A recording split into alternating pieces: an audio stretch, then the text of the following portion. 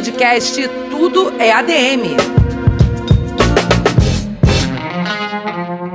Olá, seja bem-vindo a mais um episódio do nosso podcast Tudo é ADM. E hoje vamos falar sobre gestão pública. Quem está aqui com a gente é o administrador Wagner Siqueira, presidente do CRA-RJ, e o tecnólogo em gestão pública Leonardo Vasconcelos, que é vereador e presidente da Câmara de Vereadores de Teresópolis, aqui na região serrana do Rio de Janeiro. Tudo bem, Wagner? Tudo bem, Leonardo? Com certeza, é um prazer estar com vocês, participar desse programa aí do Tudo é ADM, é um sucesso, a gente tem acompanhado. Estar aqui hoje é uma alegria. Muito obrigado, Wagner e Érica, por me receber.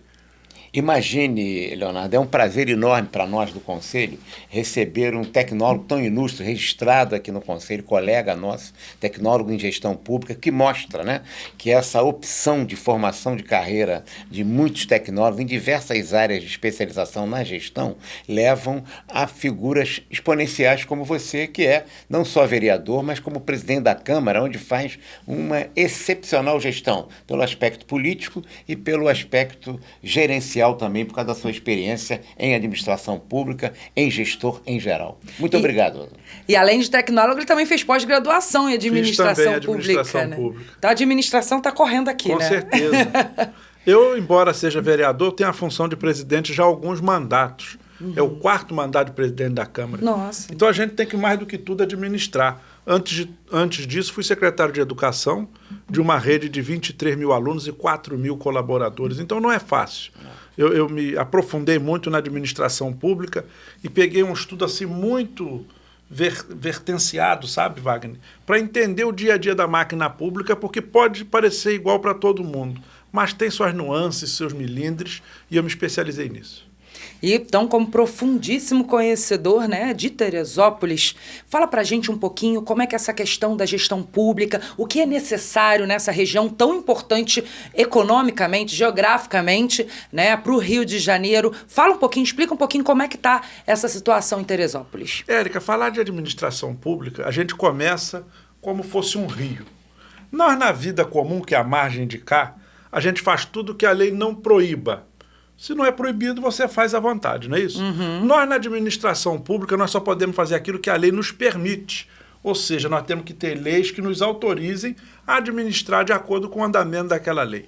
Então, é muito importante falarmos isso, porque a gente, na nossa vontade pessoal, se a lei não proíbe, a gente faz. Se não é proibido entrar ali, você entra. Se não é proibido fumar em certo ambiente, você fuma. Agora, no poder público, não, já tem que ser uma coisa ao contrário. Eu tenho que ser autorizado a entrar naquele lugar, eu tenho que ser autorizado a fazer uma certa despesa, e isso vai muito contra, de repente, a nossa vontade particular ou até o anseio momentâneo de um grupo de pessoas. Porque nós, para atendermos o coletivo, nós temos que ter uma lei que permita a aplicação daquela administração gerencial voltada à resolução de um problema. Ô, Leonardo, então, por exemplo, vou colocar uma questão que deve ser muito sentida na cidade de Teresópolis, como nas grandes cidades da região serrana, que é o turismo. Né? Verdade. Teresópolis, a vocação natural sempre foi e é o turismo. Né? A gente sabe que determinada... Está em pauta muito na discussão hoje, se volta ou não volta a questão do jogo, né? Em relação aos hotéis, aos pontos turísticos. O Hotel Egino foi extremamente importante Sim. em Teresópolis, como Quintandinha em Petrópolis. Como é que você, como vereador, como presidente da Câmara, né, e vai seguir uma carreira certamente ainda no mundo da administração pública e da política, como é que você vê esse debate hoje nacional especificando a realidade de Teresópolis? Eu vejo com muita alegria, sabe? Tanto que o Estado do Rio de Janeiro, pela lei que está sendo tramitada, terá 3 instâncias turísticas para a área dos jogos. Uma é a região serrana, onde Teresópolis está inserida. E a gente lutaria muito para que isso fosse para lá também, Wagner. Trazer dinheiro novo, divisa, dinheiro de qualidade, dinheiro limpo, é muito importante para uma cidade, né? Teresópolis ela tem crescido muito no turismo, inclusive teremos uma das primeiras e maiores vinícolas do estado do Rio de Janeiro que está sendo instituída em Teresópolis, um sucesso tremendo. Que bacana! Vamos ter lá não só o vinho de qualidade saindo da nossa Serra Fluminense, como a capacidade de poder receber todo esse povo aí do estado do Rio e das regiões. Mas, falando do turismo, A gente tem que crescer muito no turismo, mas quem vai para Teresópolis gastar e ver as belezas naturais e deixar o seu dinheiro lá, serve muito para a gente dar elevação social de quem é da cidade, não é turista, mas precise viver dessa beleza que a cidade tem, melhorando a vida delas com educação, com assistência social, com saúde de qualidade. Então a política tem que crescer. E renda, né? Isso, Emprego crescer o turismo, mas não pode esquecer de quem é do lugar. Emprego e renda, certamente, da comunidade que mora né, e que vive lá. Quer dizer, é a velha indústria sem chaminé, né? Isso. Né? Que não produz, que não polui e que preservando o ambiente, que é o interesse basicamente do município. Imagina, quem tem o dedo de Deus não é brincadeira, não, né? O pessoal lá de baixo diz que é deles, mas é de Mas quem Teresópolis. enxerga é Teresópolis, né? Tem que ir por Teresópolis, né? Leonardo, você, como gestor, né, a gente sempre escuta muito falar que a gestão pública ela é muito burocrática, existe muita burocracia, mas uma das funções do gestor profissional, como você é realmente otimizar esses processos, trazer maior celeridade ao que é feito.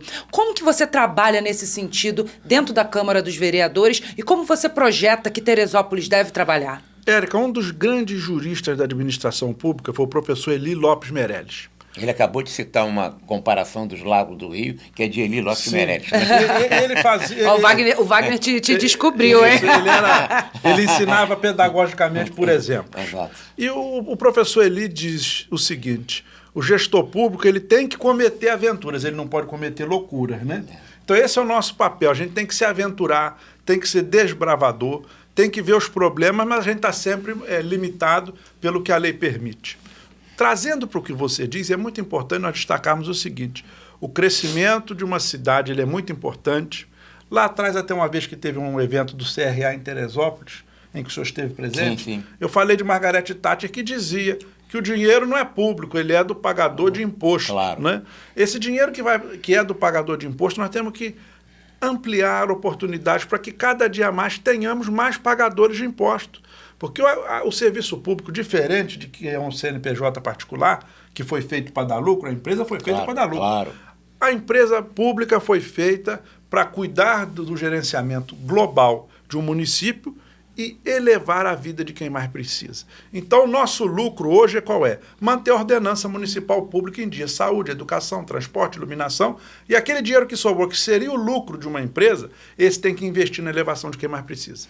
Ô, Leonardo, durante um mês ou dois atrás, talvez menos de 2 meses, teve uma grande divulgação a questão do município, lá do aterro sanitário, né? Que chamavam de lixão, etc. Isso, uma tragédia. Isso foi... E como é que... E isso, alguns me disseram, moradores de Teresópolis, que não foi tanto assim, que a fumaça não foi assim, mas foi demais. A verdade... eu queria a sua avaliação como gestor, né, e como conhecedor do município como um todo, as repercussões disso não foram boas para Teresópolis, no sentido de que parecia que a cidade estava toda poluída, que também Tomada, não é isso. Né? Há que se tratar esse tema com prioridade para a preservação do turismo, né? É fato? Com certeza. Agora, nós temos que Mas também... foi problema mesmo? Lá? Foi problema por uma descontinuação de serviço. Se observe que em 2009, então prefeito Roberto Peta entrega a administração com um aterro sanitário controlado, um antigo lixão que se tornou um aterro sanitário referência para o Brasil. Olha só. Cidades, principalmente do interior de São Paulo e do Rio Grande do Sul, copiaram esse modelo. E passado 12 anos, aquele aterro, que era igual um campo de futebol, um lugar aprazível, né? Dadas as reservadas questões do lixo, claro. se tornou novamente um lixão, um dos 5 maiores do estado do Rio. Até hoje, Wagner, está pegando fogo naquele lixão. É mesmo? Mentira. Não naquela proporção, mas até hoje ele está pegando. Foi interditado. Essa interdição nos obriga hoje a levar esse lixo para outro município, por transbordo, que custa muito, mas a remediação daquele lugar se faz urgente. Eu até conversava com o prefeito, nós temos que implantar ali uma usina térmica para geração de energia elétrica. Queimarmos aquele lixo que está ali em quantidade para se tornar energia e a gente trazer novamente a salubridade para o lugar e gerar dinheiro com o material que hoje é perdido e que está nos custando muito. Quer dizer, há a possibilidade de encaminhamento dessa solução. Você coloca uma alternativa muito boa. Quer dizer, o lixo não é lixo, é o insumo para a geração de energia, né? Através uma energia limpa. Energia limpa, exatamente. Esse processo está caminhando? Como é que se coloca isso? Sim, a prefeitura hoje faz um processo de concessão para exploração daquele aterro, para sua remediação, e por consequência hoje grandes empresas no Brasil todo querem gerar matrizes energéticas através do lixo. E nós temos uma jazida ali de acúmulo de lixo que, pelos 25, 30 anos próximos, será importante para gerar energia para uma capacidade volumosa que dê para dar lucro a quem investiu na usina, dê para remediar o aterro e melhore a qualidade de vida do teresopolitano, porque aí a taxa de iluminação pública cai, os prédios públicos deixam de pagar a luz. Ou seja, um problema torna-se uma solução grande, não só para o particular, que será o próprio operador da usina, mas para a cidade como um todo. Perfeito. Essa questão da sustentabilidade, né, ela é muito discutida. Né? E eu acho que atualmente é um dos pilares da gestão pública, porque hoje se fala muito disso. O que você, além de tudo isso que a gente falou, ele também é geógrafo, tá, gente? Esse estudou muito. Como é que você pensa, como é que você vê essa questão da sustentabilidade? Você também vê como um dos pilares da gestão pública? A sustentabilidade é tudo e a gente abre um parênteses para falar do CRA, que não tem papel há muitos anos, né, Wagner? Há muitos anos aqui o processo administrativo é eletrônico. É eletrônico. Né? Exatamente. E nós temos que implantar isso nas esferas do poder e nas esferas privadas também. Nós vemos de um tempo do papel reciclado, que foi implantado, e hoje a gente já vive a indústria do zero papel. Né? Isso é muito importante para a gente preservar isso tudo. Mas a sustentabilidade vai muito além disso. Nas escolas nós temos que influenciar para que as crianças tragam o óleo de soja que foi gasto em casa aqui, para não ser jogado no sistema de esgoto, traz para a escola, porque a escola faz uma reunião daquilo ali e aquilo se torna dinheiro vendido para reciclagem. Que tenhamos as cabines de separação de materiais nas escolas e nas comunidades. Nós temos que fazer uma gestão sempre muito eficiente, voltada para a qualidade do serviço e o barateamento daquele serviço que é prestado. E hoje a gente, quando vê água vazando na torneira, lata de óleo cheia jogada no lixo ou jogada no esgoto, material sem separação indo para o aterro sanitário, isso é tudo dinheiro jogado fora e que nos causa mais despesa ainda tratar dele. Então, criarmos um trabalho para a gente poder gerenciar isso tudo. E aí eu posso te dizer, como professor agora, que isso nasce na escola. O primeiro ambiente de transformação social do ser humano é a escola. A primeira vez em que você deixa um filho fora do domínio da sua família, convivendo numa comunidade estranha, é na escola. Então é lá que a gente tem que fazer essa transformação. Muito bem. Então fala um pouquinho, Leonardo, já que você tem essa vivência assim, de tanto tempo, né, de tantos mandatos, né, à frente lá da Câmara, conta um pouquinho dessa sua trajetória, do que já foi conquistado, que eu tenho certeza que foi muito. Conta pra gente aqui no nosso Tudo é ADM, porque afinal tudo é ADM. Tudo é ADM. Até comprar arroz, feijão, pagar conta de luz é administração. Então, eu comecei no serviço público aos 14 anos como jovem aprendiz. Lá na Câmara que hoje eu presido, né? Hoje eu vou fazer 40 anos. Interessante, hein? Que coisa interessante. São quase uma experiência rica. Anos, né? Bacana. E aí fui todas as funções que a Câmara poderia ter. Fui de contínuo a diretor-geral. Depois saí para ser secretário de Educação da minha cidade. Fui secretário de Governo da minha cidade, secretário de Administração. Depois voltei para a Câmara como vereador e depois me tornei presidente. Então, a minha caminhada é essa, desde o meu primeiro trabalho até o dia de hoje, ou eu estou em sala de aula, ou estou dentro do serviço público, mas também só gosto de dar aula no serviço público, porque eu entendo que a forma de melhorar a vida das pessoas, como eu te disse, é através da educação. E dentro, então, desses mandatos da Câmara, o que você pode elencar aqui para a gente como um trabalho, né, transformador da gestão pública de Teresópolis, que vem crescendo, que vem melhorando há tanto tempo? Sim. Eu sou uma pessoa que proponho leis, na verdade, quem faz é a Câmara, mas eu tenho proposto leis assim que mudem a vida das pessoas, né? E eu tenho 4 delas que eu falo em qualquer lugar que eu vou, porque elas nos trazem dignidade para o estado do Rio de Janeiro, principalmente. A primeira delas é o auxílio aluguel para as mulheres vítimas de violência doméstica. Foi a primeira cidade no país e hoje mais de 400 cidades no Brasil acompanham esse modelo que nós desenhamos em Teresópolis. Desenhamos de ouvir aquelas nossas amigas que vivem com um companheiro e que por alguma questão do destino já não tem mais como viver, mas não podem sair de uma relação perniciosa porque não tem para onde ir. Então a prefeitura entra com o aluguel social, ela passa na Secretaria da Mulher, passa por uma triagem e durante um ano ela recebe o aluguel social, mas ela também tem que se aperfeiçoar, tem que aprender, faz cursos para que depois de um ano ela tenha a vida dela na sua plenitude. Fiz uma outra lei muito importante que é o Café Popular, que nasceu em Teresópolis e hoje o governo do estado está fazendo esse café popular por todo o estado. Que a pessoa com R$1 toma café com leite, pão com manteiga, uma fruta e uma sobremesa na cidade de Teresópolis. Isso para quem pode pagar. Quem não pode pagar, vai lá e toma o seu cafezinho sem pagar nada. Mas lá nós temos o pronto-socorro social. Se a pessoa foi 1, 2, 3 vezes e fez isso e não pôde pagar, a nossa assistente social quer saber o porquê.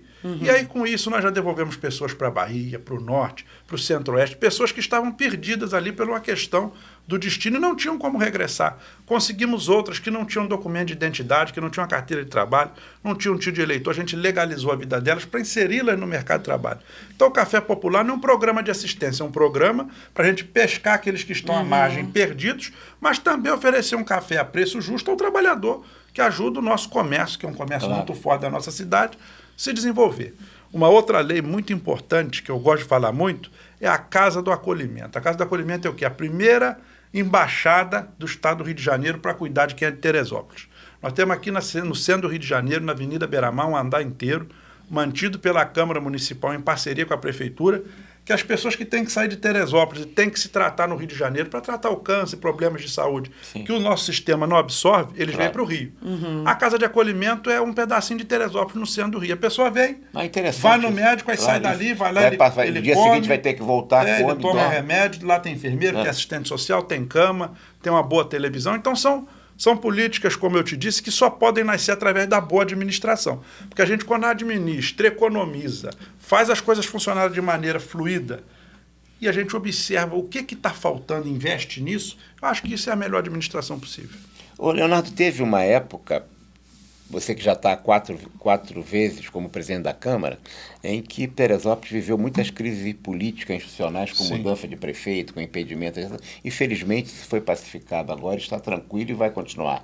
Mas como é que foi essa experiência de viver como presidente de um poder diante dessa crise que passava sempre por vocês lá, né? Sim, eu comecei a viver essa crise, eu era diretor-geral da Câmara, né? Quando em 2010, 2011 foi o ano da tragédia, o prefeito Jorge Mário foi cassado, assumiu o vice, que no outro dia faleceu. Nossa Senhora. Então, no terceiro dia da Nossa cassação, Senhora. o presidente da Câmara se tornou prefeito, ou seja, em 3 dias nós já tivemos o terceiro prefeito. E esse prefeito, que era o presidente da Câmara, era o meu patrão, que eu era o diretor-geral. Aí eu fui ser secretário de Educação e ficamos lá 4 ou 5 anos fazendo um bom trabalho. Depois ele foi cassado e entrou o vice. Um outro que tinha ganhado uma eleição, mas não tinha vencido, houve um problema judicial e fez ser prefeito pela 5ª vez. Levou o 5º prefeito ao mandato, né? Isso nós estamos falando de 2012 até o presente data. Entrou o 5º. Depois esse 5º se afastou, entrou o vice. O vice saiu, entrou o presidente da Câmara, ou seja, em menos de 10 anos, 7 prefeitos. Aí que em 2018 teve uma eleição extemporânea, o prefeito que está lá hoje, que é o prefeito Vinícius, que eu até deixo minhas cordiais saudações para ele, ganhou uma eleição extemporânea e se reelegeu. Ou seja, desde 2012 até hoje, 11 anos, né? Nós tivemos 8 prefeitos. Esse último prefeito está lá há 5 anos. É aquilo que você disse, nós estamos restabelecendo a ordem. Ele cumpriu, então, parte do mandato. 2 anos. 2 anos e agora está no final do segundo mandato, que ele foi eleito como Isso, segunda vez. vai a 6 anos. Portanto, vai haver uma bela renovação lá também. E como é que essas forças traumáticas e cordiais e boas e politicamente comprometidas estão hoje vivendo em Teresópolis? Então, Wagner, eu por ter sido funcionário num tempo, secretário em outro presidente, no lapso desses 10 anos, eu aprendi que a continuidade ela tem que ser estabelecida. Se tivesse qualquer outro presidente de Câmara no meu lugar, e aí isso não é querer ter vaidade, eu tenho certeza que já poderíamos ter tido outra crise na cidade, ter havido até troca de... Eu imaginei, por isso foi minha pergunta, porque não é fácil. Você está no ponto nevrálgico da questão das crises. Porque eu acho que o administrador ele tem que ser responsabilizado, ele não tem que ser trocado. O povo escolheu para um modelo de um governo que ele apresentou. E isso eu gostaria de falar aqui também, porque nós temos, no ponto de vista dos municípios, né, o poder executivo, que é a prefeitura, e o legislativo, que é a Câmara. O poder executivo é o poder de quem ganhou, não sei se vocês concordam comigo. Claro. Porque são as pessoas que acreditaram naquele modelo proposto. Claro. Então, quem está na prefeitura é quem ganhou. A Câmara existe porque é o poder de todo mundo. Ali está quem ganhou e quem perdeu. Correntes da claro, política mais diversas estão ali. Qual é o nosso papel na Câmara de ser o poder de todo mundo? É não deixar o poder absoluto de quem ganhou suplantar a vontade das minorias. Mas nós também não podemos querer impedir que quem ganhou exerça o plano que a maioria entendeu que tinha que ser aplicado. Claro. Então, esse é o conceito efetivo de gestão democrática. Justamente. E aí, eu hoje sou muito contra essa questão do tirar o profissional, tirar o prefeito ou tirar o gestor. Ele tem que ser responsabilizado, né? E a Câmara tem que ter um papel fiscalizador de endireitamento do camarada na trilha que ele deve seguir. Perfeito. É o poder de controle que a Câmara Municipal Isso. tem sobre o exercício do Poder Executivo, que são atividades complementares. Né? Verdade. Cada um com seu papel adequado. Né? E é interessante que você, quando você falou nesses 11 anos e 8 prefeitos, você perpassou esse período fazendo, né, com atuações diferentes. E como que ficam as políticas públicas? Que, como você falou, política pública também é continuidade. Como é que ficou isso? Como a Câmara trabalhou isso? Sim. Você me falou uma coisa muito importante, Érica, porque existem dois tipos de política: a de governo, que é o governo que está no momento, e as políticas de Estado, que são as continuadas, Claro. que é saúde, educação, assistência social, o programa de urbanização, o programa da melhoria da qualidade de vida das pessoas. Esse não pode ser esquecido. Mas as políticas de governo têm esquecido, de fato, as políticas de Estado, né? O que nós temos que brigar é para que os administradores públicos, as pessoas que estejam investidas nessas funções públicas, ela siga o plano plurianual que é estabelecido pelos municípios e votado pela Câmara. O plano plurianual é um programa de 5 anos, que é feito no último ano do governo que sai e ultrapassa um ano do governo que ficou. É preciso ser destaque que isso existe no âmbito municipal, no âmbito estadual e no âmbito federal. Exatamente isso que o Leonardo está explicando do plano de 5 anos, que é feito pelo último. Portanto, o governo Lula hoje está executando o último plano feito pelo presidente Bolsonaro. E ele deixará para o próximo um plano Exatamente. estabelecido por Exatamente. ele. Isso é para dar a questão de que nós vivemos em um Estado, que os governos não podem interferir na execução do Estado, por isso sempre um ano antes e fica para um ano depois. Aquele governo que está ali presente, ele não aplica exatamente o que ele desenhou, ele vai aplicar o que vinha sendo desenhado e desenhará uma nova história para quem irá seguir. E o trabalho da Câmara perpassa Isso, colocar isso em prática. Né? E como é que foi isso para você? Para nós é muito difícil, porque a Câmara é igual uma coxa de retalho. Né? Lá nós São 19 vereadores. Somos 19, né? Cada um representa um Claro. segmento, Claro. um grupo artístico, uma associação de moradores, um meio profissional, outro da roda empresarial. Então cada um puxa a sardinha para a sua brasa. É a busca do consenso permanentemente, Então, no mínimo denominador comum, né? Mas que isso é o mais bonito de tudo, é respeitar todo mundo, tentar atender a todas as vertentes que estão representadas ali, mas não esquecer que aquela coxa de retalho, no fundo, vai sombrear a bandeira do município, do Estado ou da nação, que é o que tem que ser construído. Claro. A educação, como é que está? Como é que está o nível de informatização? Ou se você acha, como presidente da Câmara, que a Prefeitura deveria se dedicar mais a essa nova questão de educação? Eu falo pelo município do Rio. O município do Rio tem 1000 escolas, mas os sucessivos governos aqui têm deixado abandonadas as escolas no sentido de informatizar essas escolas para dar acesso aos alunos de escola pública todos os recursos da tecnologia de ponta. E aí os da iniciativa privada levam vantagem, né? Eu sou de um tempo, Leonardo, em que a escola pública olhava a escola particular, não sei as grandes escolas religiosas, etc., e assim, PP, pagou, passou. Né? Porque as grandes escolas eram públicas. Hoje se tem muito preconceito com a escola pública.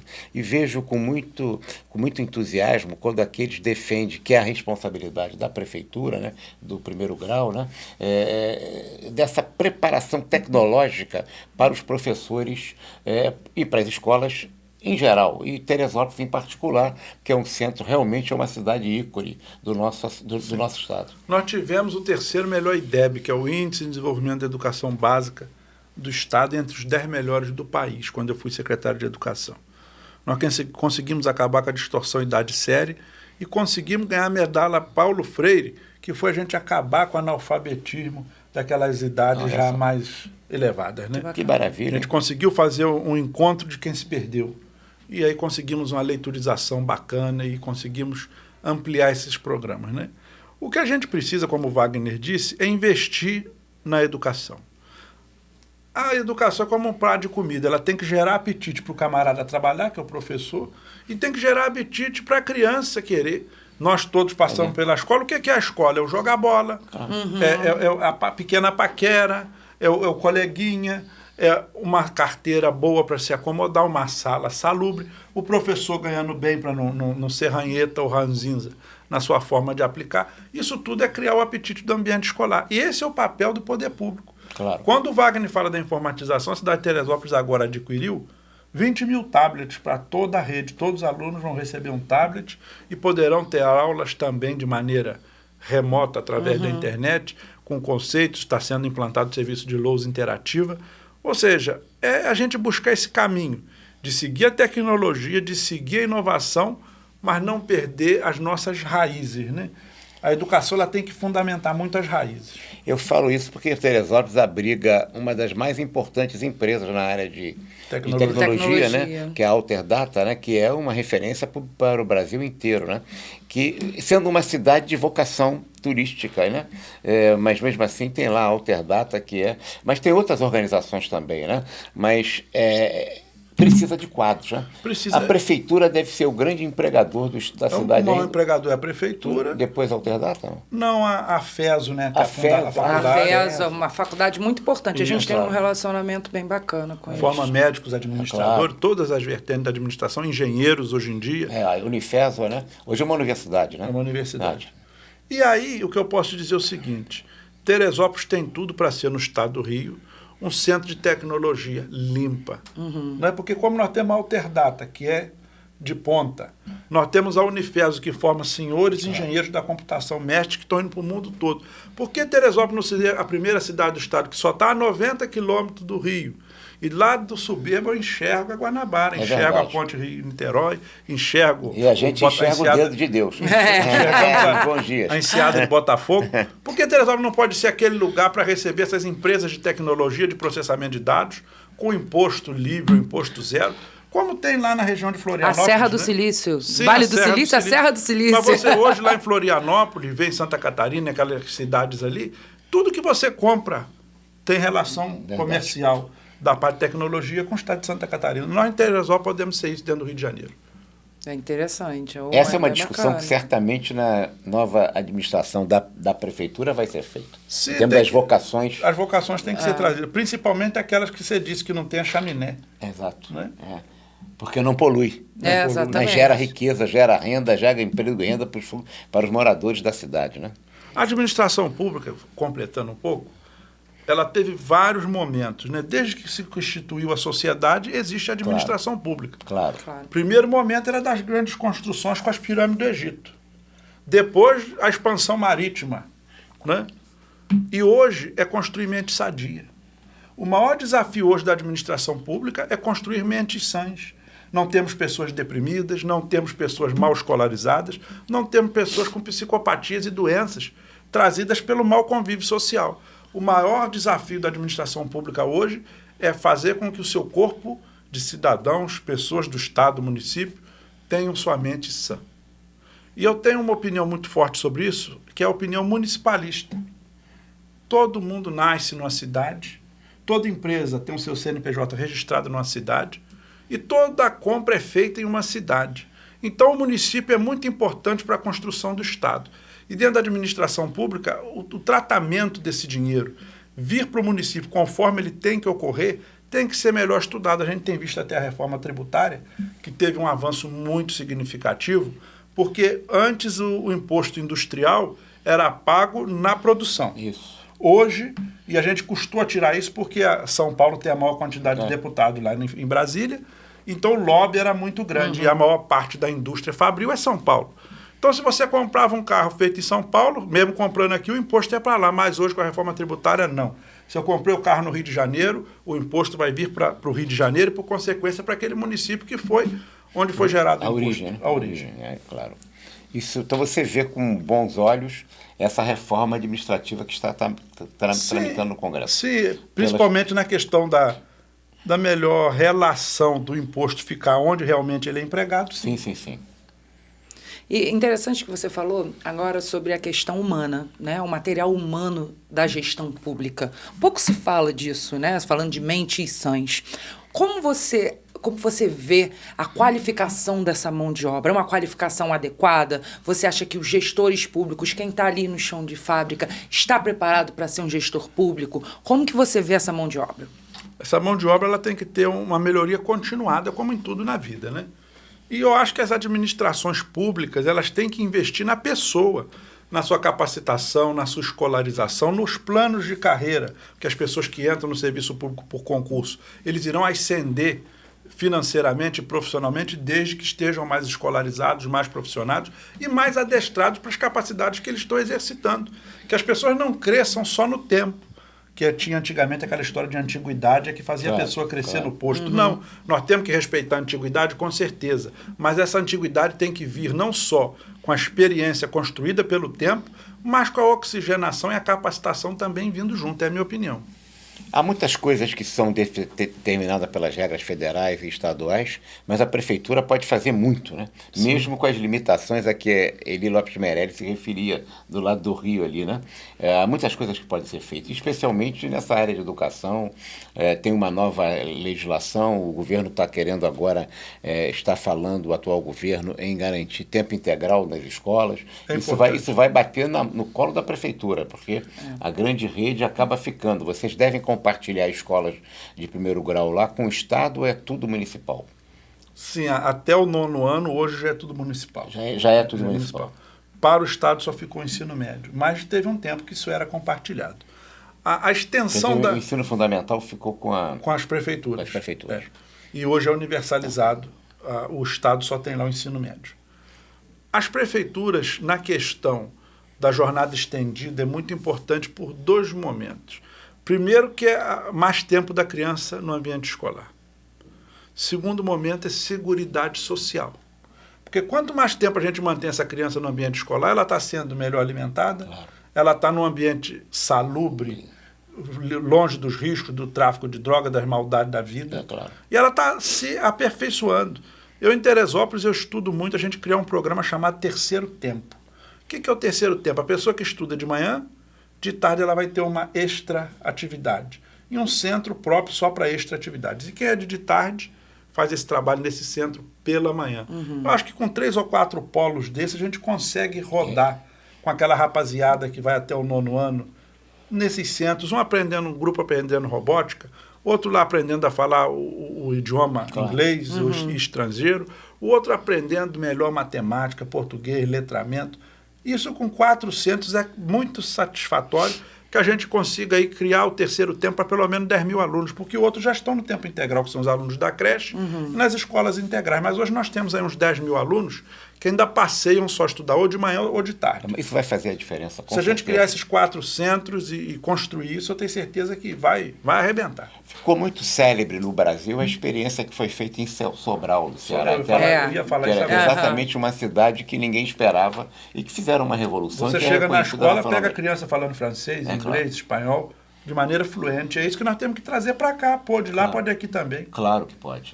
Não tenha dúvida. Isso é a vontade política e a determinação de fazer. Eu fui em Saquarema esses dias e lá está sendo criado esse programa Terceiro Tempo. E eu vi um rapaz de questão de surf, né, um americano, com uma criança também americana, e conversando, e daqui a pouco um gurizinho daquele começou a interagir com eles, porque já falava inglês, porque aprendeu no terceiro tempo. Ah, que legal. O filho da vendedora ali da barraca interagindo com aqueles turistas americanos, conversando de igual para igual, porque aprendeu na escola. Olha, a renda que o desenvolvimento do surf em Saquarema foi tão grande que chega comparativamente aqui com o Carnaval Carioca, chega perto. Portanto, é impressionante esse resultado. Eu fui a Búzios há pouco tempo agora, acho que foi em junho, durante toda a Via Lagos e um pouquinho depois, N outdoors falando sobre Saquarema, vai para Saquarema, capital do surf, e isso é um ato contínuo, eu nunca vi tantos, né? Isso é muito importante para a região, né? É muito importante, mas mais importante a gente ver o que eu te narrei. Sim, com certeza. A grandeza do turismo entregando riqueza para o município. Claro. Sim. É isso que nós temos que desenvolver nas cidades. É o que muda a vida das pessoas, como você falou, né? É o legado. É o legado. Claro, não há dúvida que sim. É muito interessante. E, bom, falando um pouquinho sobre, trazendo, como você disse, a brasa aqui para a nossa sardinha, como você como um gestor público, um profissional gestor público, o que você, nesses 4 anos de mandato, você conseguiu colocar em prática, que você aprendeu ali do teu dia a dia, na tua faculdade, na tua pós-graduação, na administração pública? A economia, né? Gastar com qualidade, gastar com capacidade. Nós, na Câmara de Teresópolis, temos uma devolução histórica, até te mostrei da última vez que você esteve lá. Foi. Devolvemos R$2.670.000 economizados dos cofres da Câmara para a Prefeitura ajudar na pandemia, para que pudesse comprar respiradores, para que pudesse contratar leitos de CTI, porque a gente tem muito esmero com dinheiro público. Eu, quando assumi a presidência da Câmara, nós gastávamos aí 4, 5 milhões de reais por ano com despesa de viagens diárias e todas essas coisas que a lei permite. Hoje a gente não gasta nem R$1.000 por mês, eu acabei com isso tudo, né? Criamos um programa de cargos e salários para os profissionais efetivos e outro para o cargo de indicações. Todos eles têm uma gratificação, têm uma melhoria no sistema desde que estude e se aperfeiçoe. Inclusive, quero agradecer à Universidade Corporativa, na época que você presidia, e nos franqueou aqueles cursos maravilhosos, que muitos alunos se especializaram, até em administração pública e nas outras vertentes da administração, pela ajuda do Wagner aí. Que coisa bacana. Isso é bem legal. Então, é bem interessante, porque você, por ter passado por tudo isso, você sabe o que vem pela frente. O que você espera da política pública, da gestão pública de Teresópolis daqui pela frente? O que você acredita, que você almeja? Eu acredito que nós temos que progredir muito no turismo, progredir muito nas indústrias renováveis, como você disse, que é da tecnologia, é de trazer dinheiro novo. Nós somos uma das 20 cidades mais importantes do estado do Rio, dentro dos 92 municípios. Mas essa grandeza só é refletida em alguns momentos. Por exemplo, o tomate que você come em sua casa, o alface que ele come na casa dele, vem de Teresópolis. Claro. Nós somos o maior produtor de folhosas do estado e entre os 3 maiores do país. Isso, toda essa riqueza sai da Serra de Teresópolis. São 700 quilômetros de estrada de chão que a cidade tem, interligando as lavouras. Nós temos que fazer um governo para dar... Esse é um dado que muito pouca gente conhece. Nós temos que fazer o carioca come das folhas, o repolho, o tomatezinho, o pepino, isso vem em Teresópolis. E aí eu quero dizer o seguinte, nós temos que dar melhoria de condições para que o agricultor possa ter o seu escoamento de mercadoria garantido. Porque já que nós estamos falando de administração, o agricultor planta, não sabe se colhe. Se colhe, não sabe se vende. E quando vende, muitas das vezes não recebe. E ainda se ele, depois de passar esse drama todo na sua administração familiar da sua lavoura, não tiver escoamento de mercadoria, está tudo perdido. E Teresópolis se reergueu da pandemia, se reergueu lá da tragédia de 2011, porque nós temos um mercado produtor que não para. Durante a pandemia, todas as atividades comerciais cerraram porta, mas as nossas lavouras não puderam parar, nós tínhamos que manter a mesa do Fluminense abastecida. E por isso a cidade pôde se reerguer. Porque quem ganha dinheiro aqui vendendo não vai gastar nos Estados Unidos nem na Disney, ele gasta no comércio de Teresópolis. Por isso nós temos um comércio forte, uma agricultura forte, que hoje, aliada ao turismo, poderá fazer com que a cidade possa se desenvolver e aí deixar de ser uma das 20 mais importantes para ser entre uma das 10 mais importantes do estado. Claro. Uma boa meta para os próximos 4 anos. Isso. Verdade. Bom, e eu queria que você falasse um pouquinho, contasse um pouquinho aqui pra gente, sei que você já contou muita coisa, mas falasse um pouquinho sobre a questão também do comércio, né? Teresópolis também é uma cidade muito conhecida pelo comércio. Quem nunca foi a Teresópolis não deu um pulinho na Rua Tereza. Na feirinha. Petrópolis, não mistura. Petrópolis, Na feirinha. Mas também tem uma parte de comércio muito importante. Como que isso é tratado dentro da Câmara, dentro das políticas públicas? Sim, o comércio de Teresópolis emprega muita gente. Muita gente. Principalmente as mulheres, né? Então nós temos que ajudar a classe comercial demais. Um dos pontos que eu brigo muito é para que a gente tenha uma creche pública para que essas minhas amigas possam deixar seus filhos no horário de trabalho. Uma creche pública com horário funcionando de acordo com o horário do comércio. Porque a moça às vezes vem trabalhar, tem que deixar o filho com a vizinha, com a colega, então uma creche pública tendo ali, ela é muito importante. Nós temos que ajudar no barateamento da passagem de ônibus, porque a gente sabe que 94% da passagem é paga pelo empregador, 6% pelo empregado. A nossa cidade todo ano aumenta a passagem de ônibus, todo mês de janeiro. Nós temos que fazer um governo que todo ano esse aumento vire uma diminuição, que haja uma regressão no valor anual, porque hoje a gente vê que os sistemas públicos de transporte estão falidos. Porque quem paga o serviço público de transporte? Uma ponta é o empresário, com seus 94%. Sim, claro. Aquele trabalhador com seus 6%. E os desassalariados com 100% da passagem, que são as nossas amigas costureiras, faxineiras, os autônomos, os informais, que esses 3 pendões é que mantém o sistema de transporte que está falido. Você veja, hoje uma passagem de ônibus é perto de R$5. Você pega o Uber com 2 pessoas, você dá uma corrida de R$5 e faz o rateio e dá menos de R$1,50. Claro. A viagem por cada um. É um contrassenso, né? Como é que o Uber fica mais barato que o ônibus? Por isso que tem que entrar o poder público nesse momento subsidiando a passagem de ônibus anualmente, para que haja uma regressão do valor. Porque quando diminui a passagem de ônibus, o comerciante vai pagar bem menos valor daqueles 94% total da passagem. Então ele vai poder empregar mais. A pessoa que é autônoma, ela vai poder pegar mais serviço, sair mais vezes na rua. O informal da mesma maneira. Então, a melhor justiça social e oxigenação do comércio se faz pelo transporte público. Porque nós também precisamos das ruas com fluidez. Não adianta você chegar num centro comercial, aquilo está tudo encalacrado de carro e o camarada vem para comprar, não tem onde estacionar. O transporte público vai servir muito para que os nossos amigos comerciários também e os comerciantes venham trabalhar de ônibus, para que ali aquele passeio fique à disposição de quem vem de fato gastar no comércio. Isso tem sido uma saída muito importante também adotada no mundo desenvolvido, né? Com a traca livre, né? Em algumas cidades que tem... Maricá, né? Maricá, é verdade. Maricá é uma cidade que tem o benefício muito grande fiscal da questão do petróleo, né? Mas você não está dizendo porque ela está fazendo apenas por isso, mas é porque eles tiveram, os gestores que estiveram lá, tiveram a visão dessa opção, né? A própria Prefeitura de São Paulo tem discutido isso bastante, né? E o prefeito agora do Rio de Janeiro acabou mudando, né? A questão que estava com a FETransport, está fazendo um novo cartão, tá? As pessoas reclamando que aqui vão ter 2 cartões. Esse será o maior case de administração pública. Se der certo, né? Não, e mais do que isso, é um case de administração pública se der certo, e é o maior desafio dos administradores, a mobilidade urbana coletiva. Erundina começou a querer fazer isso em 89 em São Paulo, encampando serviços que eram particulares, e deu tudo errado. Deu.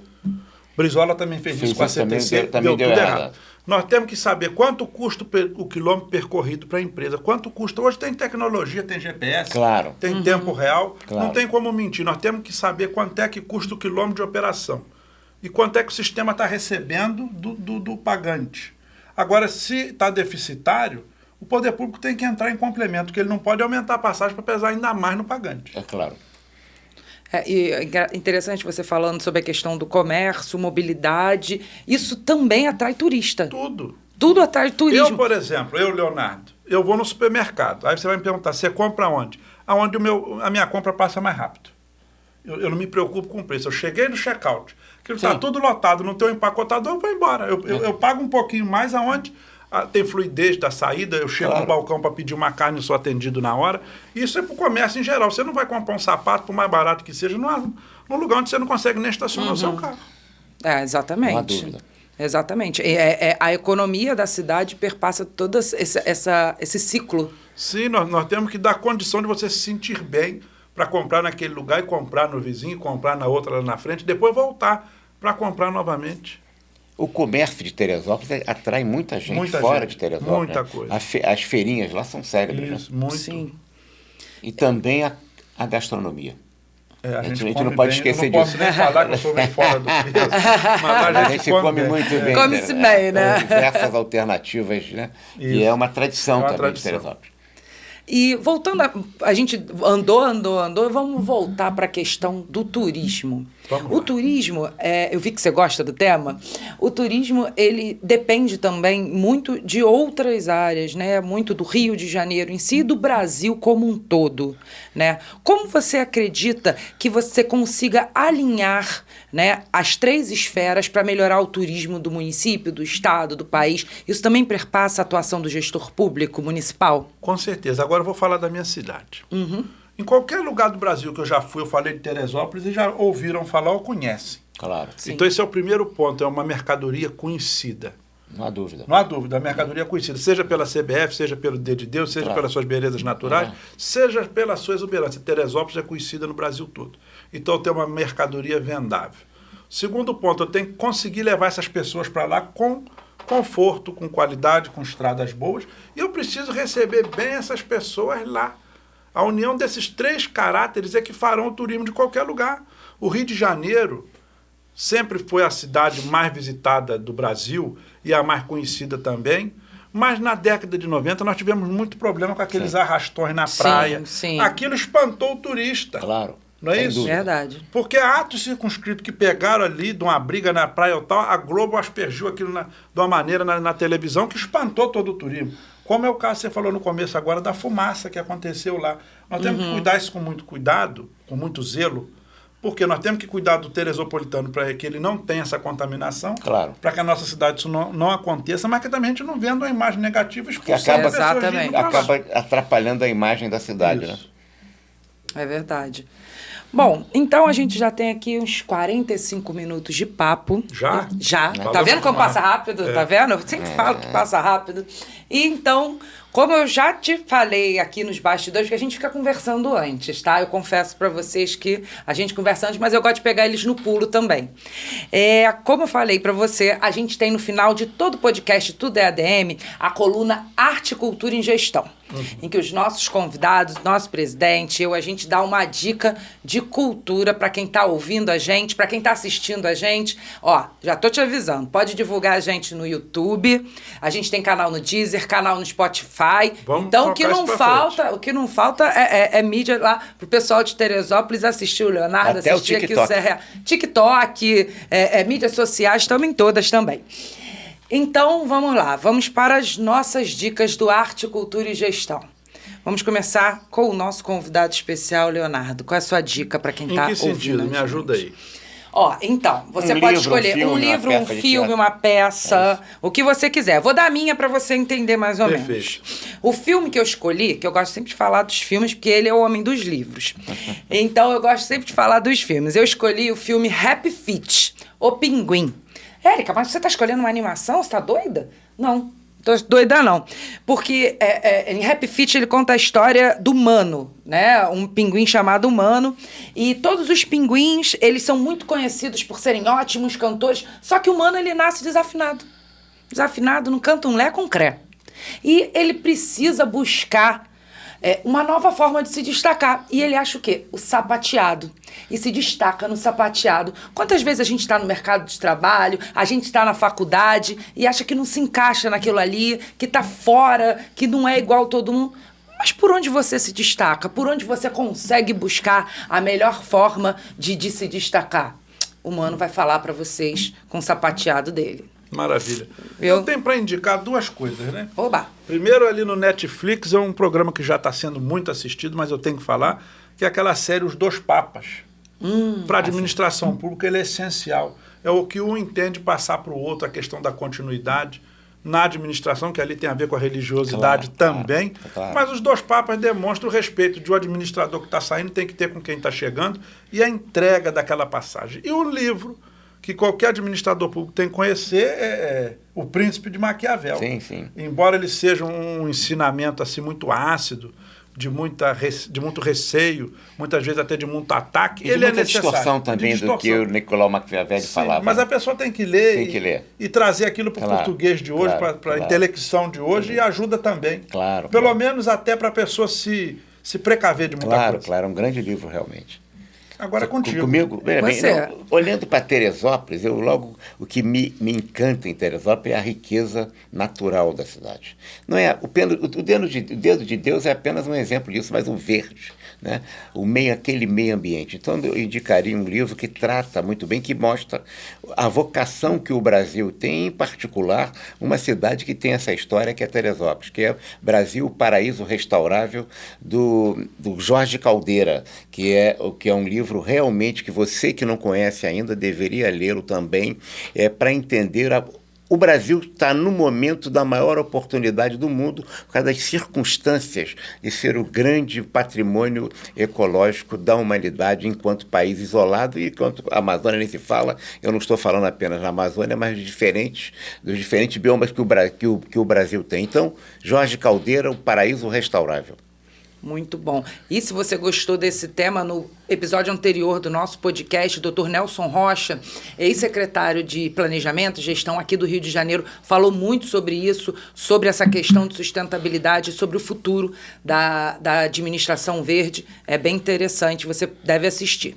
Leonardo, foi um prazer enorme tê-lo aqui com a gente. Espero que a gente se aproxime ainda mais. O Tudo ADM está sempre aberto aqui para você, assim como o Conselho.